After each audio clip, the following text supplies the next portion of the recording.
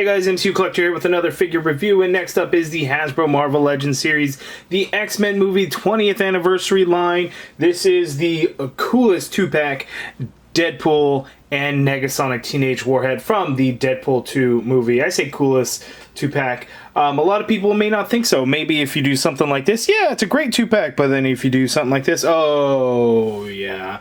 So not a lot of love for Negasonic Teenage Warhead. The figure actually does look really, really good, but of course, the highlight, Deadpool. Obviously, Hasbro knows that a Deadpool by itself would have sold no problem. They know that, but they're going to try and get as much money out of us, so a 2-pack with Negasonic Teenage Warhead. That's what they're going to do. That's what they do. I'm not even mad at it because I think the figure does look really good. So we'll get right to it. The box has the typical packaging that we see. So much like Domino and Cable, we get the red instead, and we have a little Deadpool sticker over the X-Men logo. That is pretty cool. And then it's all kind of slashed out. We see Deadpool written, Negasonic Teenage Warhead. That one says Wade Wilson. Negasonic Teenage Warhead, I can't really tell what it says. Ellie Finmister, something like that. So interesting. So artwork on the back of the package is the same as the side, so that just looks really good. But without further ado, let's just get this damn thing open and check out Deadpool. Okay, and here are the Deadpool and Negasonic Teenage Warhead figures out of the package, and this is such an awesome set. It's loaded with accessories, kind of. Actually, it just has a bunch of interchangeable hands for Deadpool, 2 pairs of which are kind of crappy because they don't get any paint, but the others do, which is a little bit weird. Teenage Negasonic Warhead, she's okay, she's cool. But let's take a closer look at her first. We'll get it out of the way, then we'll take a closer look at Deadpool, his accessories, look at their articulation, and then check out some side-by-side comparisons. Okay, so here's a closer look at Negasonic Teenage Warhead, and I think the head sculpt came out looking very good. Looks like the actress, her name is Brianna Hildebrand. I believe it's something like that, and this does look really, really good, especially when you kind of get that side profile going. I think it came out looking great. We even have the one earring on the left side that we saw actually in the movie, and that's painted with a nice silver. The face print came out looking really, really good. I really like it. You guys let me know down in the comments below what you think of it. The hair sculpt looks pretty good. As far as the suit, not a whole lot of paint or anything kind of going on with it. We get a little bit of this gunmetal gray right there on the shoulders, and that looks pretty good. And then a little bit in this belt piece. That is not a floating piece. That is actually molded into the figure. It kind of has a New Mutants vibe to it with the black and yellow. A little bit of yellow paint right there on the back side, but not really a whole lot going else. On the back of the hands we get a little bit of yellow as well. Skin tone for the fingers, it's all painted nicely. The yellow over the black on the legs, I don't have any paint issues. And then you can see she just goes down into all black. But not a whole lot going on with it. It's basically a typical female figure that we get. Not really a whole lot of other differences. Obviously, we get some unique sculpt because that's what they do with movie figures for the most part. Not always. We get these flame effects that we've seen multiple times. We get these effects so many times. It's crazy. I think Scarlet Witch may have been the first to come with them. Captain Marvel's come with them. And then you can just kind of wrap these around her arms as she kind of does. Little power up we saw, you know, in the first movie and the second movie. Not that I can remember a whole lot from it because I thought Deadpool 2 was, you know, really weak compared to Deadpool 1.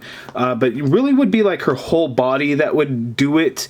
Instead of just her arms, but at least we get something. A little bit of blues in there I think would have looked really nice because I think she had kind of some bluish, yellow, orangish color going on. Almost reminds me of when Captain Marvel goes binary, but that looks pretty good. And then she also comes with interchangeable hands, so just like out of the package, her right hand is an open hand. We get an interchangeable hand for the left, and then we also have a fist for the right. So enough with the close-up look at her. Let's move on to her articulation. Okay, so Negasonic Teenage Warhead, she can look all the way down, which is great. She can look all the way up as well. We get some pivot going on in there, and then you get a full rotation. Of course, you can get those shoulders to go up that high. You get a full rotation in there. Of course, there is a swivel at the elbow, and she's only going to give you 90 degrees there, and that actually is a very thin arm, thinner than most female figures, I would say, that we get, and you could just look at the elbow. It just gets really, really thin, so be careful with that. We have a diaphragm rocker, typical typical for female figures. She's only going to tilt to the side that much.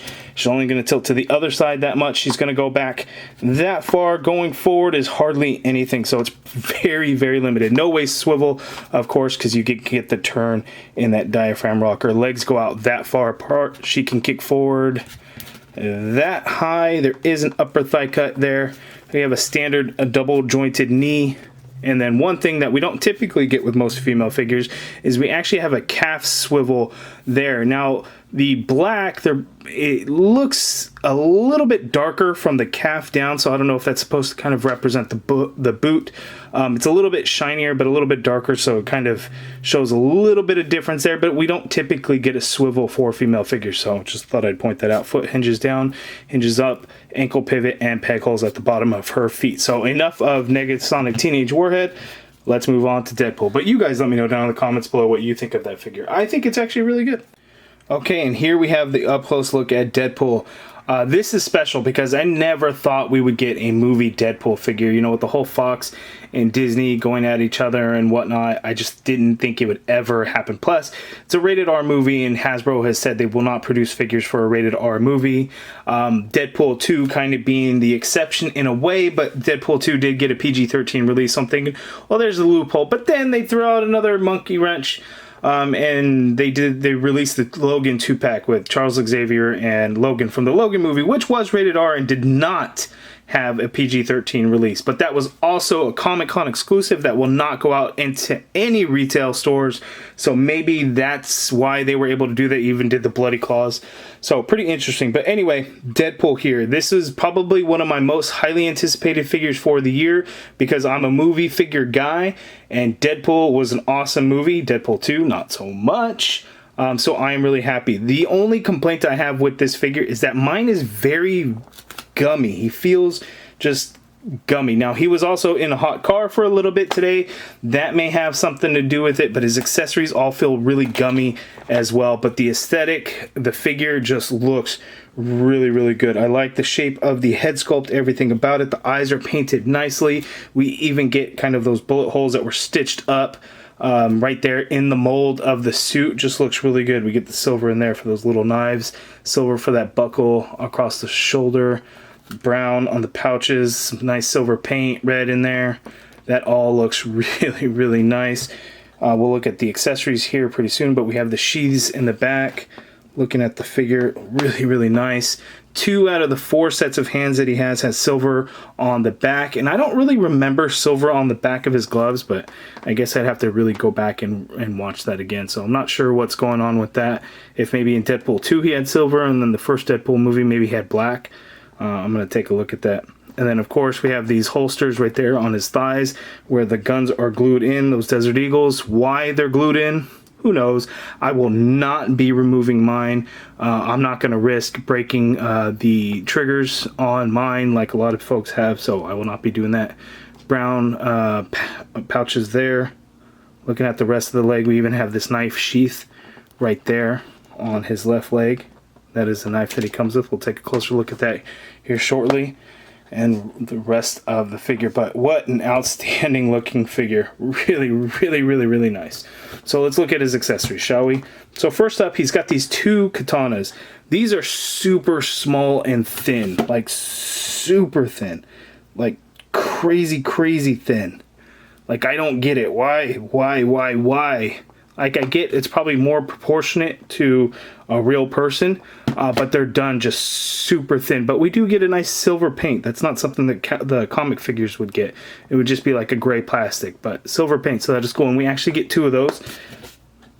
So they're both sheathed in there, and they fit in there nice and tight. You don't have to force them down or anything. So we got those 2 swords there. We do get a knife as well. Sorry about the focus, guys. We get this little knife, and it's super thin as well and very pliable, so everything feels very rubbery. Black for the handle, nice silver paint for the blade. We get these 2 futuristic looking guns, while those Desert Eagle realistic guns were glued into the holsters. Why, I don't know. They're just done in black at least, and not some funky color, but they're pretty rubbery. I think normally they wouldn't be so bad, so I'm not sure what's going on with mine, why it does that. But we get 2 of those. We get his jack-off masturbating unicorn. That's kind of interesting. This one's kind of really rubbery as well, like on the legs. It's got sky blue eyes and gold for the horn, and I just can't believe that they actually included this. So kudos to Hasbro for pushing that through licensing and getting somebody to approve that, because wow. I mean, just, you know, think about it. Wow. And then he also has a bunch of different hands. So on the figure right now, I have his 2 trigger finger hands, so to hold the guns. He has 2 fists, and the fists are black on the back and don't have that same silver paint. Then you have these 2 open gesturing hands, and these also don't have the paint on the back, just all black. And then he has 2 additional katana wielding hands, so you could just see that you can open, so you can actually slip either the knife or the katanas in these hands, and they would be different from like the trigger, the gun holding hand. So we get those hands, and that's it. So that is quite a bit of accessories. So let's zoom out and look at his articulation. Okay, so everyone should be pretty pleased with the amount of articulation that Deadpool has, except for in his neck, because we get a couple of weird things. Actually, looking at that collar and that neck piece, it's almost like a G.I. Joe neck piece where that neck is independent of the upper torso. So that's kind of interesting, but it's on a ball dumbbell joint, so we get more realistic looking movements in there, but we don't get a lot of range of motion. So getting him to look down is about that. Getting him to look up is a little bit better, but really not a whole lot. But you get some nice expression poses and tilts in there, and then a full rotation, of course. Shoulders, you can get the shoulders to go up that high there. You get a full rotation in there, and there's also a butterfly joint, so you can get the shoulder to go back that far. You can get it to go forward only a little bit, but not a whole lot, because this shoulder ball right here is actually quite large, so you don't really get full motion in that butterfly joint, but you do get some crossbody, but not a lot. We have an upper bicep swivel there. You get a double jointed elbow like so. And one thing, his forearms are very thin, and I think for like his fists without the silver paint, his hands look pretty small. And I mean, it would be funny if they did one that was small, because in the first movie, you know how he, you know, cut his hand off. He can be smaller because it was growing back. That'd be interesting. But double jointed elbows there. We have an ab crunch, so he can crunch forward that much. See, going back, he can go quite a bit, and those sword sheaths don't really get in the way, so that is pretty good. We have a waist swivel in there. Legs go out that far apart. He can kick forward only that high. He can, yeah, not too much, a little bit. Does go back a little bit. You have an upper thigh cut there. You get a double jointed knee like so. There is no boot swivel on this guy. So no boot swivel. Foot hinges all the way down. Hinges all the way up. Ankle pivot, peg holes at the bottom of the feet. And he actually has some tiny feet. So getting him to balance can be a little bit of a challenge, especially since mine kind of feels a little bit rubbery and gummy. But pretty good articulation overall for Deadpool. Okay, and so here we have our Deadpool movie figure. So it's unfortunate we didn't get Juggernaut and especially Colossus, but we do get Cable, Deadpool, Domino, and Negasonic Teenage Warhead. And I think size-wise, this all works out fairly well. We know that the Cable figure was definitely oversized because Josh Brolin, the actor, is actually a little bit on the shorter side compared to like Ryan Reynolds, who's over 6 feet tall. But I think size-wise, looks pretty good, but I think, you know, if anything, Deadpool could have been a little bit bigger, or just Cable, you know, be a little bit smaller. But I think they all look great standing side by side.